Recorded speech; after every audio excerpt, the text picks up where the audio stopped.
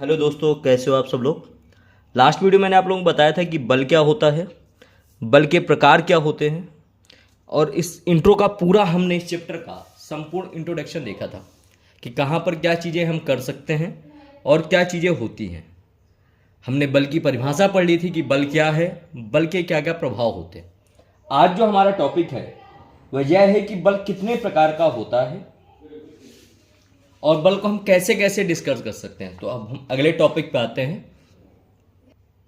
तो आज का टॉपिक मैंने पहले ही आप लोगों के सामने रखा, क्या है, बल के प्रकार।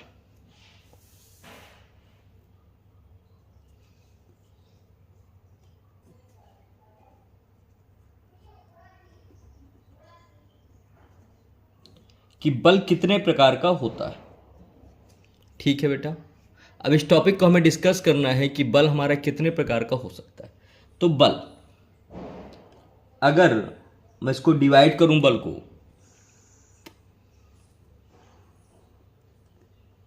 छोटा क्रिएटर हूं, थोड़ा सा दिक्कत तो होती है, तो दो प्रकार से इसको हम डिवाइड कर सकते हैं।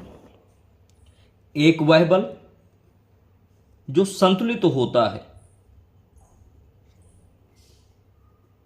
एक वह बल जो असंतुलित पड़ा रहता है। तो मुख्यतः बल कितने प्रकार के हो गए? बल हो गए दो प्रकार के, एक हो गया हमारा संतुलित बल, एक हो गया असंतुलित बल। अब संतुलित बल कैसा? संतुलित बल, एक मैंने डोरी ली और उसको कहीं पर बांध दिया, और असंतुलित बल कैसा, दोनों के एग्जांपल के रूप में देखते हैं। देखो, ये एक प्लेटफॉर्म था, इस प्लेटफॉर्म पे मैंने ये डोरी बांधी हुई है, इस डोरी से ये एक बॉल है जो नीचे की ओर लटक रही है।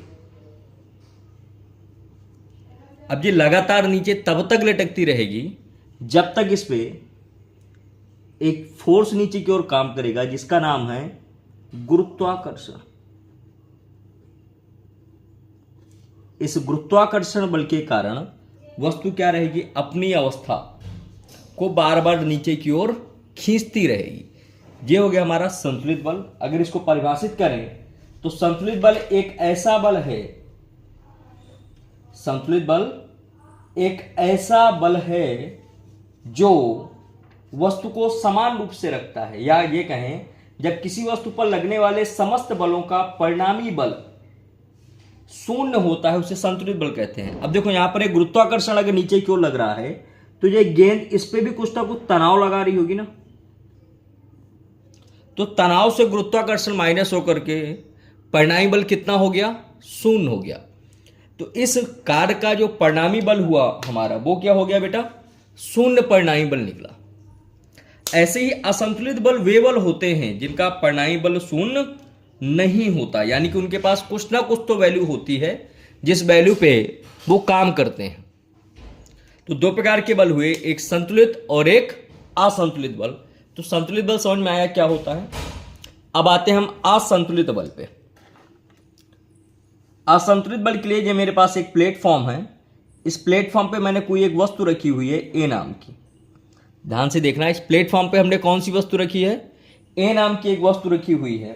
अब इस वस्तु को हमें खींचना है। क्या करना है, हमें खींचना है। मैंने इस तरफ एक रस्सी की तरफ से खींचना चालू किया, खिंचाव बल लगाया मैंने इस पे।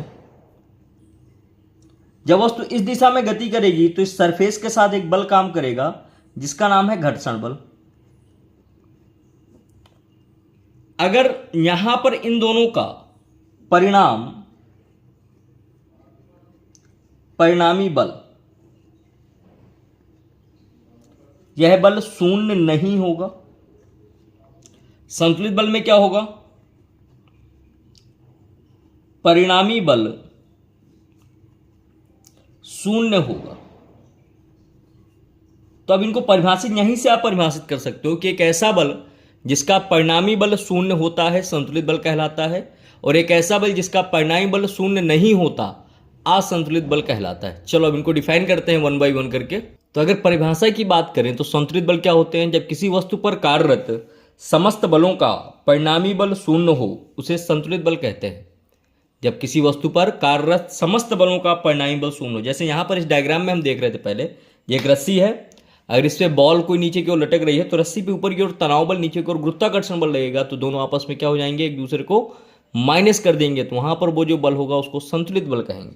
और जब परिणामी बल शून्य ना हो तो उसको क्या कहेंगे, हम असंतुलित बल कहेंगे। जैसे मैं इसको अगर इस तरफ खींचूं तो एक तो मैं खिंचाव का बल लगा रहा हूं, विपरीत दिशा में घर्षण बल लग रहा है, तो यह हमारा क्या कहलाएगा, असंतुलित बल कहलाएगा। तो दो प्रकार के बल हुए बेटा, संतुलित और असंतुलित बल। संतुलित बलों से क्या क्या प्रभाव हो सकते हैं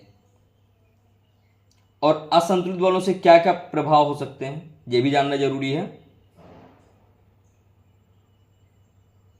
चलिए तो नेक्स्ट हेडिंग पे आते हैं, संतुलित बलों का प्रभाव।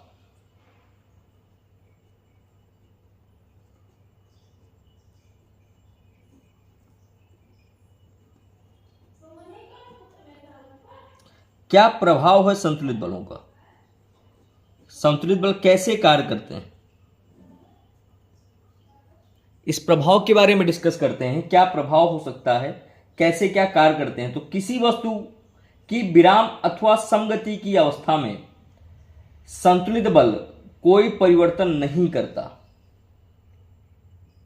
इसके लिए एक असंतुलित बल की आवश्यकता होती है। तो संतुलित बल क्या करता है, वस्तु जिस अवस्था में है उसी अवस्था में रहेगी, कोई परिवर्तन नहीं कर सकता, परंतु जो हमारा असंतुलित बल है वह परिवर्तन कर सकता है। तो इसको थ्योरेटिकल फॉर्म में डालते हैं बेटा। क्या हुआ, किसी वस्तु की विराम अथवा गति अवस्था में संतुलित बल परिवर्तन नहीं करता। तो कौन परिवर्तन करता है, परिवर्तन का कारक हमारा असंतुलित बल होता है। ठीक है, अगले टॉपिक पे हम डिस्कस करेंगे गति के नियम, जहां पर हम गति के प्रथम नियम और जड़त्व के बारे में पढ़ेंगे, फिर हम द्वितीय नियम के बारे में पढ़ेंगे और संवेग के बारे में पढ़ेंगे।